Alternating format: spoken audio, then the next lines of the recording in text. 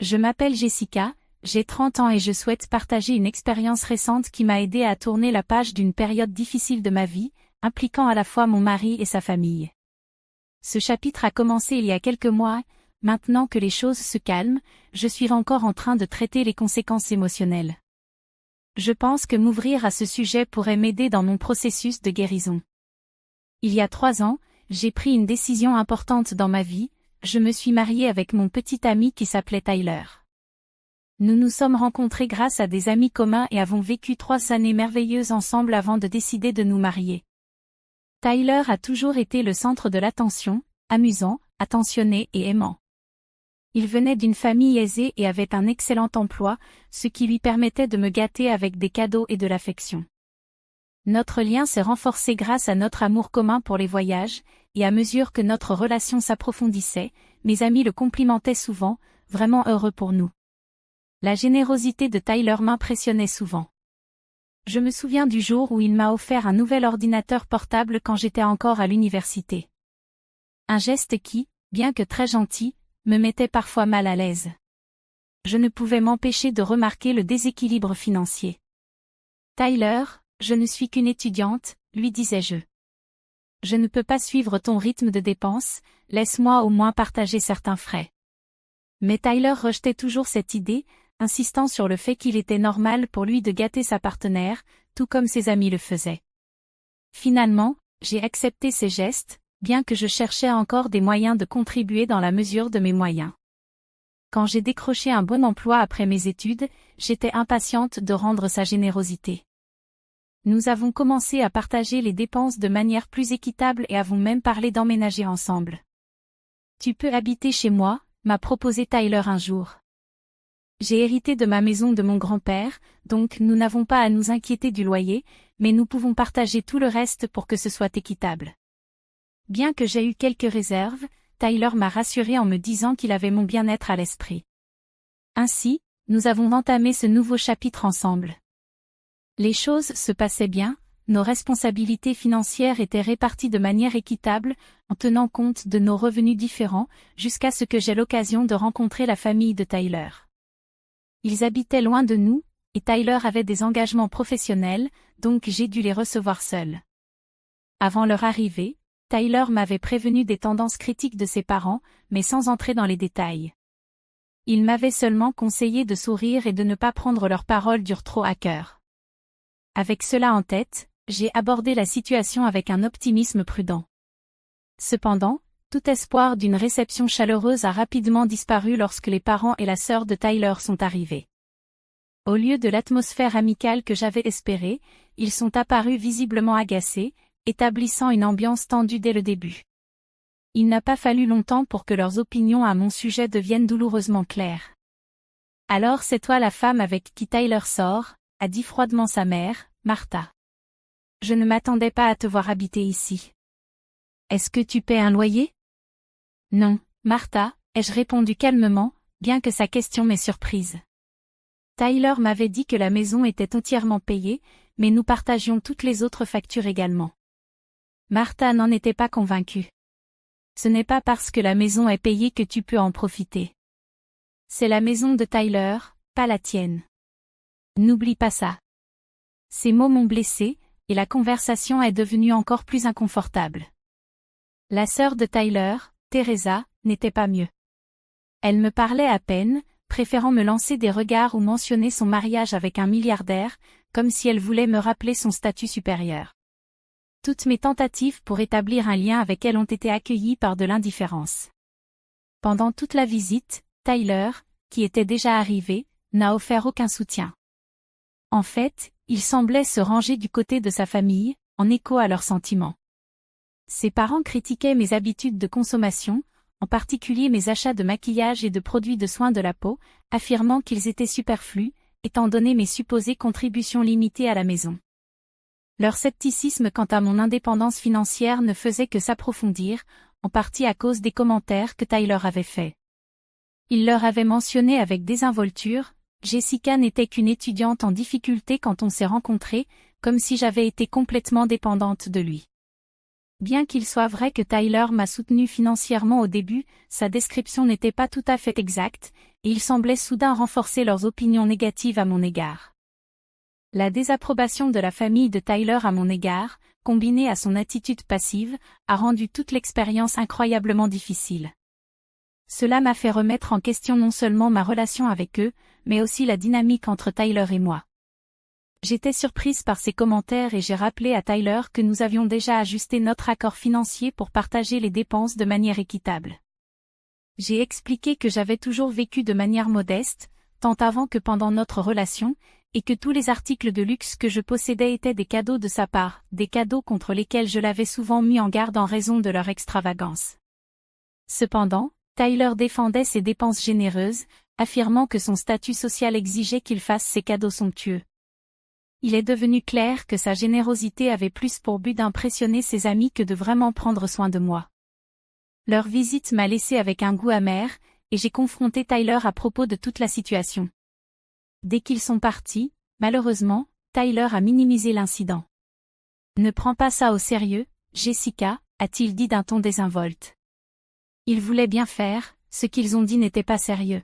« Détends-toi, tu exagères. » Malgré mes inquiétudes, il refusait de reconnaître le problème. 5 mois plus tard, Tyler m'a demandé en mariage, malgré mes doutes, j'ai accepté dans un moment de bonheur. Nous avons commencé à planifier notre fête de fiançailles, en décidant de partager les frais équitablement. À cette époque, je gérais une petite entreprise parallèle. Tyler en était conscient, mais n'a jamais montré beaucoup d'intérêt pour savoir combien je gagnais. Pour moi, c'était plus un passe-temps gratifiant qu'une source de revenus importante. Lorsque le moment est venu d'organiser la fête de fiançailles, j'ai décidé de me permettre un peu de luxe, sentant que c'était une occasion qui méritait d'être célébrée. Tyler m'a soutenu dans cette décision, et nous avons veillé à partager les dépenses à parts égales. En plus, j'ai pris en charge le coût supplémentaire des billets d'avion pour que ma famille puisse assister à la fête. Cependant, au fur et à mesure que la célébration avançait, les mêmes critiques habituelles sont réapparues. Tu n'aurais pas dû dépenser autant pour cette fête, Jessica, tu es en train de vider le compte de Tyler avant même de vous marier. À ce rythme, vous finirez par avoir un mariage dans le jardin, se moquait sa famille.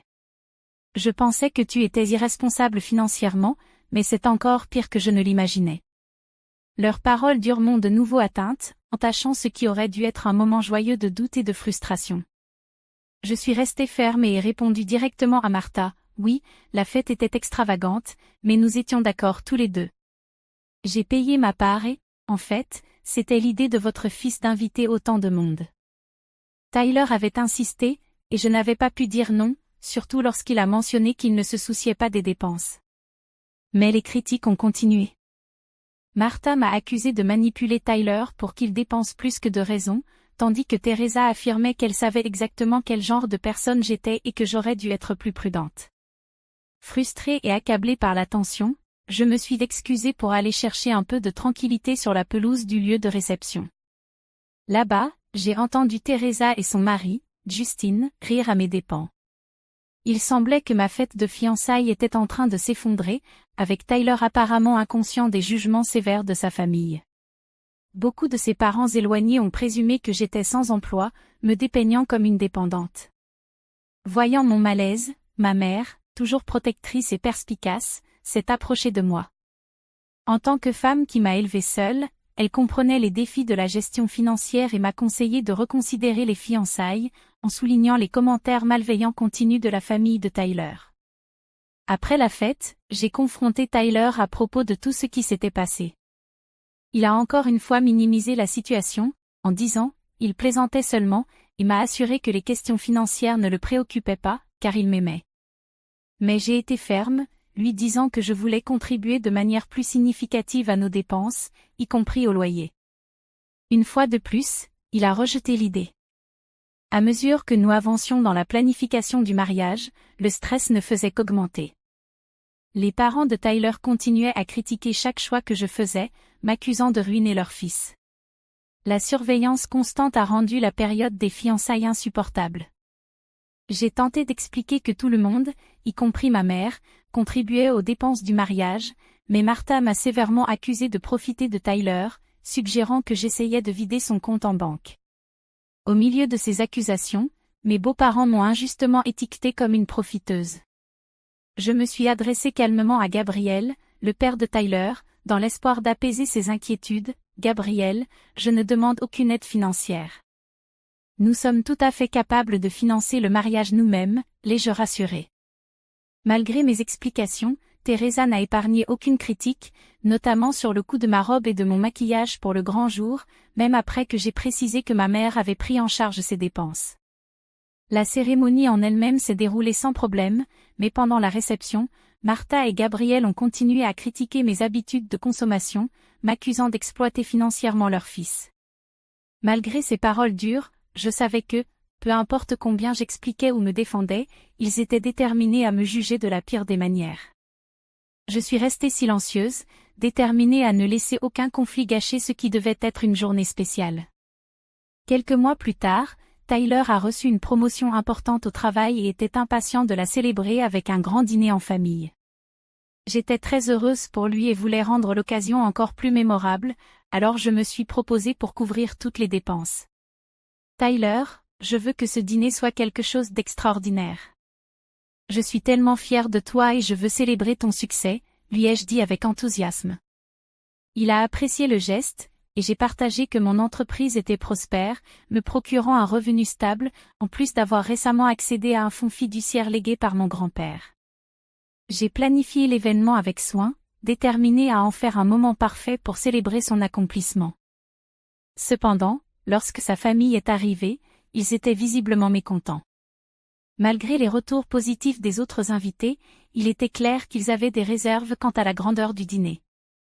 Pendant les discours, Martha se leva, sa voix suffisamment forte pour commander toute la salle. « Je tiens à remercier tout le monde d'être ici pour célébrer mon fils, commença-t-elle. Il est incroyablement travailleur, généreux et mérite vraiment cette promotion. Malheureusement, sa chance ne s'est pas étendue à son choix de partenaire. » La salle devint tendue alors que ces paroles flottaient dans l'air. C'est dommage que, parmi toutes les personnes, il se soit attaché à quelqu'un que certains pourraient appeler une profiteuse. Je sentis un nœud se former dans mon estomac, mais je restai immobile tandis qu'elle continuait, sa voix empreinte de regret. J'aurais seulement souhaité qu'il ait vu la vraie nature d'elle avant, afin qu'il n'ait peut-être pas à travailler aussi dur pour la soutenir dans son style de vie extravagant. Ses yeux balayèrent la salle, s'assurant que son message était bien compris. Il est douloureusement évident pour tous ici que sa femme a été extravagante. De la fête de fiançailles jusqu'à ce dîner de ce soir, il semble qu'elle ait presque vidé ses comptes. La douleur de ces mots était vive, mais je gardai ma contenance, sachant pertinemment que toute réaction ne ferait que nourrir leurs accusations infondées.